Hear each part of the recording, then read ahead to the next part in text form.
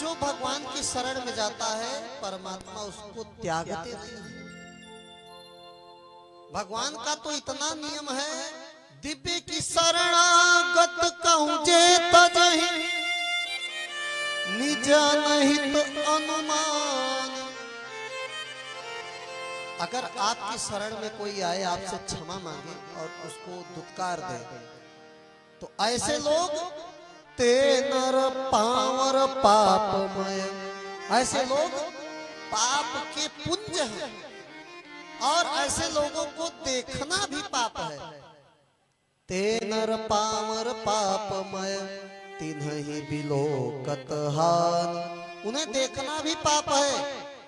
जो लोग शरण में आए हुए को त्याग देते हैं, भगवान के शरण में जो जाता है उसको अपना लेते हैं, लेकिन कौन?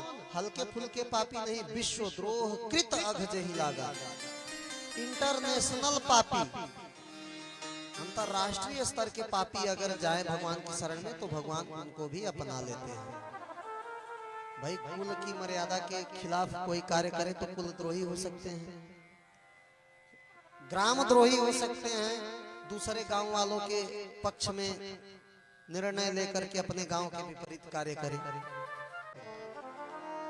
लेकिन विश्वद्रोह केवल पाकिस्तान का दुश्मन बन जाए तो इससे पूरा विश्व पाकिस्तान ही थोड़ी है। अमेरिका, चीन, जापान, संपूर्ण देश को मिलाएंगे तब भी विश्व नहीं होगा। विश्वद्रोह का मतलब है पूरे विश्व का, एक एक कीट पतंग, जीव जंतु, मनुष्य, जर चर अचर, स्थावर जंगम, जलीय जंतु, हर जीवों का जो शत्रु हो वो विश्वद्रोही है। विश्वद्रोही होना छोटी बात नहीं है, बहुत बड़ी बात है। लेकिन विश्वद्रोही होते कैसे हैं? छोटी छोटी कारणों से। अगर पॉलीथीन जला दिए, वृक्षों की कटाई कर दिए, जीव जंतुओं की हत्या कर दिए व्यर्थ में, तो पॉलीथीन जब जलेगा तो कार्बन उत्सर्जन में समुद्र के सापेक्ष चाहे ओस के बूंद के ही बराबर हो क्यों न हो, लेकिन पर्यावरण प्रदूषण में हमारा भी योगदान हो गया। वृक्ष काट दिए, सड़क के किनारे के वृक्षों को देखिए, उनके पत्तों पर धूल के कण चिपके रहते हैं।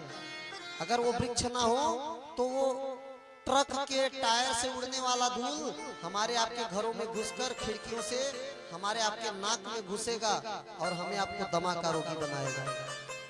हम वृक्षारोपण इसलिए करते हैं ताकि प्रकृति शुद्ध रहे। एक पेड़, एक वयस्क पेड़ अपने पूरे जीवन काल में 10 टन कार्बन डाइऑक्साइड को सोख सकता है और वायु को शुद्ध कर सकता है। हम अंधाधुंध पेड़ों की कटाई करेंगे, उल्टा सीधा आहार ग्रहण करेंगे, अर्थात प्रकृति का द्रोही होना ही विश्वद्रोही है। क्योंकि प्रकृति भारत, पाकिस्तान, चाइना और अमेरिका की नहीं है, पूरे विश्व की है प्रकृति। अकेले चीन कार्बन उत्सर्जन ज्यादा करता है, लेकिन परिणाम गर्मी, अत्यधिक वर्षा और अत्यधिक सूखा पूरा विश्व झेलता है। यही है विश्वद्रोह।